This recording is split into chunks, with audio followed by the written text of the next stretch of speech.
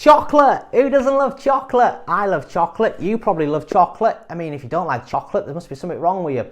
I tell you who else loves chocolate, Eric Clapton, and we're going to be hearing all about it in this video today.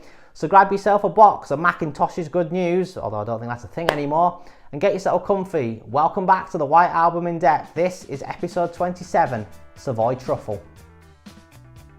In September 1968, George Harrison gave an interview with the NME where he said that he was wanting to move away from his image of being mystical Beatle George and start writing songs and contributing songs that had less substantial meaning to them. Just some fun songs really, just some songs where he's messing about. Now at some point around this period, Eric Clapton was visiting George's house, and whilst he was there he was telling George a story about how he'd recently been to the dentist and he'd had to have some work done on his teeth because he'd been eating too much chocolate. He was addicted to chocolate basically. Most people in the 60s, most rock stars would be addicted to drugs.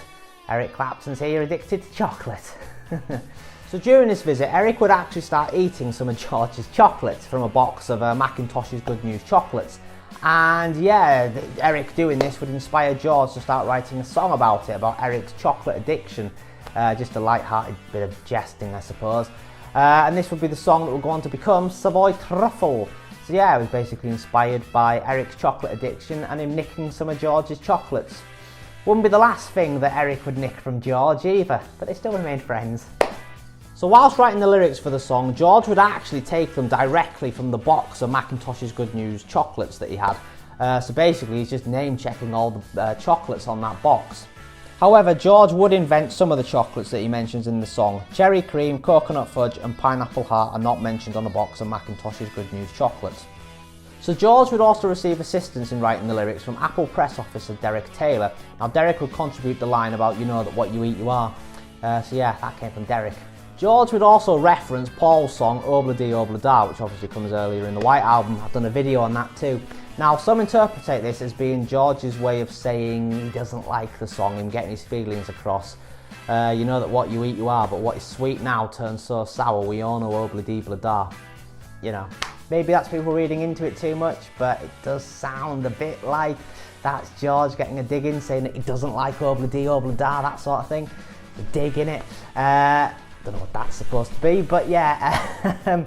So yeah, he put that line in. He's never spoken about it, he never did speak about why he put that in. If it did mean that he didn't like the song, I mean we do know that George didn't like the song, neither did John, but we don't know exactly why he named it in this song, if that's him getting a little dig in. We'll never know. So the Beatles would begin recording Savoy Truffle on October 3rd, 1968 at Trident Studios, as opposed to the usual Abbey Road studios. Now this would be one of the last songs recorded for the White Album, and only 3 of the Beatles would take part, George, Paul and Ringo. For some reason John Lennon didn't take part in any of the sessions for Savoy Truffle. There's a common theme developing here with George's songs. There's always a certain Beatle missing. We'll get on to that later, my thoughts on that. So the band would actually spend the majority of this session just rehearsing the track. However, at some point they decided that they would finally give the basic track a proper go, so they would do their first take at recording the song. So for this basic track, George Harrison played rhythm guitar, Paul McCartney played bass guitar and Ringo Starr played drums. So the band would actually manage to nail the basic track in just a single take. It just took them 1 take to get it right, so yeah, evidently they're a very professional, efficient bunch of lads. So yeah, take 1 would be what they would then start applying overdubs to in the next session. So the next session for Savoy Truffle would take place on October 5th, 1968, once again at Trident Studios. So during this session the band would turn their attention to adding overdubs onto take 1 that had been recorded during the previous session. So firstly George would record his lead vocals for the track, and then Paul would record some harmony vocals for the song, and that was it. That was literally all they did during this day's session. They would return to Savoy Truffle a few days later. So the next session would take place on October 11th, 1968, but this time sessions had moved to the usual Abbey Road Studios, or EMI Studios as it was actually known then. So the focus of this day's session would be overdubbing the saxophone onto the track. Now to do this they needed a score, and the score was written by assistant producer Chris Thomas. Now in later years Thomas has actually spoke about his dislike of having to do this score. He thought it was a real chore having to do this. So George Martin was actually producing this session, he was present, but it's quite interesting that he got Chris Thomas to do the score instead, because usually obviously George Martin would do the score. Now what seems to have happened is George Martin, he only seemed to want to do the score at this point if it was for a John song or a Paul song.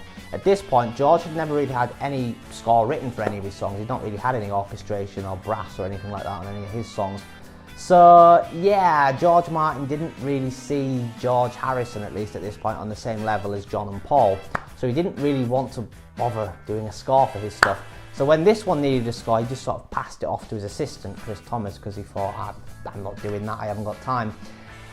So yeah, George Martin at this point, it would seem, did not see George Harrison as an equal songwriter to Lennon and McCartney. Now on 1969's Abbey Road album, George Martin would finally write a score for George's songs. He would do the orchestration for Something and Here Comes the Sun. And he's openly admitted that up until that point he didn't see George on the same level as John and Paul, but Something and Here Comes the Sun made him realise this. So yeah, unfortunately here on Savoy Truffle, George Harrison did not get the luxury of a George Martin score. He had to make do with Chris Thomas, who hasn't done a bad job, by the way, as much as he hated doing it. It's just a shame that he was obviously not given as much thought as what John and Paul would have got. Anyway, the session musicians were playing away doing the score that Chris Thomas had wrote, and they were playing it very well. It's been described by many people who were there as being a fantastic sounding score. However, in the control room, George Harrison would turn to engineer Ken Scott and ask him to distort it. So the reason why he had it distorted was because he wanted the record to sound dirty. He didn't want it sounding too clean. So when the session musicians came up to the control room to listen back to what they'd recorded, they were quite disappointed to hear that their work had been distorted. George actually even apologised to them for what he'd done to it. But at the end of the day, they couldn't really do anything about it. George was the boss, it was his song, they were just paid to do what George said. So yeah, they had to make do with distorted saxophones and stuff like that. So the final session for Savoy Truffle took place on October 14, 1968, once again at Abbey Road Studios. Now Ringo wouldn't actually be present for this session, he'd gone away on holiday. By this point Ringo now, he wouldn't take part in any more White Album sessions, and he would have nothing to do with the mixing of the album or the deciding of the sequence of it, the running order, all of that stuff. Ringo had nothing to do with that. So this day in Abbey Road, it was only John, Paul and George who were present. But for Savoy Truffle and the work that needed done on it, it would be George on his own who would work on it. John would have, once again, nothing to do with the song, and Paul wasn't needed for the overdubs. So for these final overdubs, Chris Thomas would overdub both an electric piano and organ onto the track, and then George would overdub his lead guitar, along with some tambourine and bongos. And with that, work on Savoy Truffle was now finished.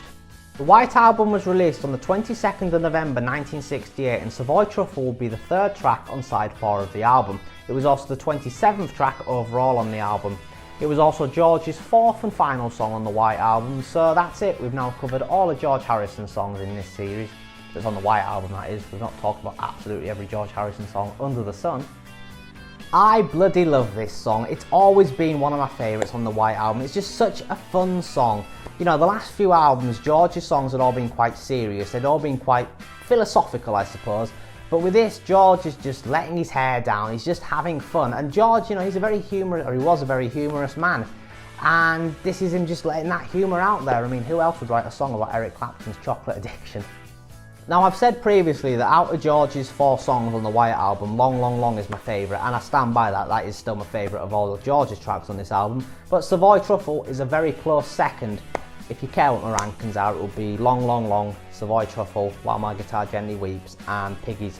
So yeah, it's a nice song, this one. It's a fun one. It's a fun one. I like that. That's what the White Album is enjoyable with. It's with fun songs like this. We don't want serious songs all the time. This is a nice little bit of fun from George. It's normally Paul that does the fun songs, but George here is coming in with equally fun songs. Woohoo! So this song is also kind of verging a little bit into glam rock. I suppose it's kind of proto-glam rock.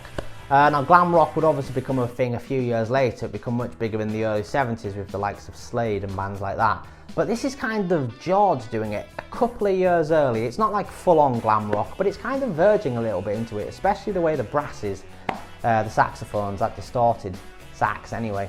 Yeah, it's really nice. Like I say, it's kind of verging into glam rock. And guess what? That means it's yet another genre that the White Album is covering. Yeah, I mean, how many genres have we crossed now on this album? I don't know. I've lost count, but there's been a hell of a lot, and it's the variety of the White Album that truly adds to its charm. and all these different genres. How many other albums out there have this variety of genres? I don't think there's that many. I can't think of any others.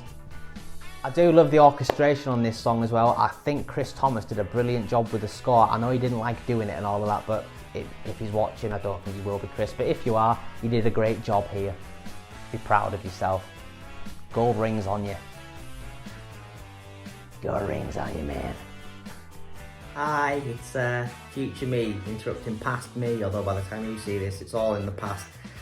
Basically, while I was editing this video, I realised earlier in the video, I said that when I was talking about the fact that John didn't take part in this song, that it was a common theme developing, and I would speak more about it later in the video and share my thoughts. And then when I was editing it, I realised I didn't actually do that. I never actually shared my thoughts. So I thought I would now record this bit and interrupt myself to tell you my thoughts. So what I'm meaning here is, it seemed to be that whenever George came to record one of his songs, John seemed to have a bit of a tendency of getting out and doing it. You know, on the White Album, you've got Long, Long, Long, you've got Savoy Truffle, on Abbey Road. I don't think John is on either Something or Here Comes the Sun. He's not on I Me Mine. So yeah, it was a common theme developing. I don't know if he's on Old Brown Shoe either, I think he is. But anyway, it was a common theme developing where John just seemed to get out of playing on George's songs. And in later years, when George was talking about John and Paul, he would say that Paul had a tendency to help George with one of his songs after George has helped Paul with like 15 of his songs. And you know, yeah, that's not a great way to be either, but at least Paul did help George with his songs. It would appear that John just didn't bother, but I don't think George ever really commented on this much. So yeah, I just thought I'd interrupt myself to say that it seemed to be a bit of a common thing where John somehow got out of playing on George's songs. I don't know why. He maybe had genuine reason not to take part in this session, but it's bizarre. It's just quite strange. I mean, what was he doing? So anyway, yes, we're going to pass back now to myself. Here's me talking more. Thank you. Anyway, to conclude here, this is a brilliant, fantastic, catchy song from George. It's just an upbeat, very happy, smiley song. It's nothing serious, and it's not supposed to be serious. It's just a fun song, and I love things like this. It's what you need in music, fun songs. It's supposed to be escapism. I don't need depressed in music. There's enough depressing stuff in the news. I want to hear about Eric Clapton's chocolate addiction. So that concludes another episode of the White Album in depth. Once again, thank you very much for watching. I do hope you've enjoyed this. If you're not subscribed to this channel and you have enjoyed it, well, please do consider subscribing. That would be greatly appreciated. Like, comment, subscribe, all that jazz. If you want to see any previous episodes in this series, well, you can. They're in a playlist on my channel. And all future episodes, what's left of them anyway, will also be added into that playlist. Anyway, join me next time where we're going to be having a seance in the dark. Until then, though, do take care. Ooh. We're not really having a seance, for the record. Don't get your hopes up. Is there anybody there?